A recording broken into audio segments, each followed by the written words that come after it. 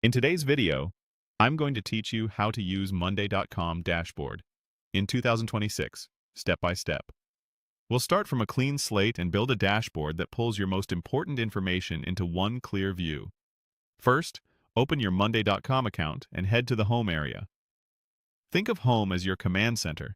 From here, you can see your workspaces, boards, and anything you've recently touched. Make sure you're in the workspace where you actually want the dashboard to live, so it's easy for your team to find later. Next, look to the left sidebar for your main workspace and hover near its name. You'll see a small plus icon appear beside it. Click that plus icon to create something new within this workspace. If you don't see it right away, try hovering or expanding the sidebar. Also, if the option is missing, you may need additional permissions from your admin. From the creation menu that opens, choose Dashboard. This is important.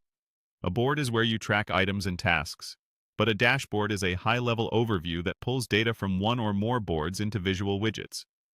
Selecting Dashboard ensures you're building that bird's-eye view rather than another task list. A prompt will ask you to name your dashboard. Give it a clear, descriptive title that your team will recognize, like Marketing Overview, Sprint Health, or Executive Snapshot. Good naming makes it easier to search and reduces confusion as your workspace grows. Click Create Dashboard. You'll land on a blank canvas that's ready to be customized.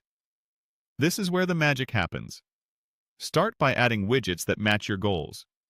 Use a chart or numbers widget to track KPIs, a table widget to show a live slice of a board, or a timeline or calendar widget to see deadlines at a glance. Connect the widget to one or more boards so your data flows in automatically. Refine what you see by applying filters.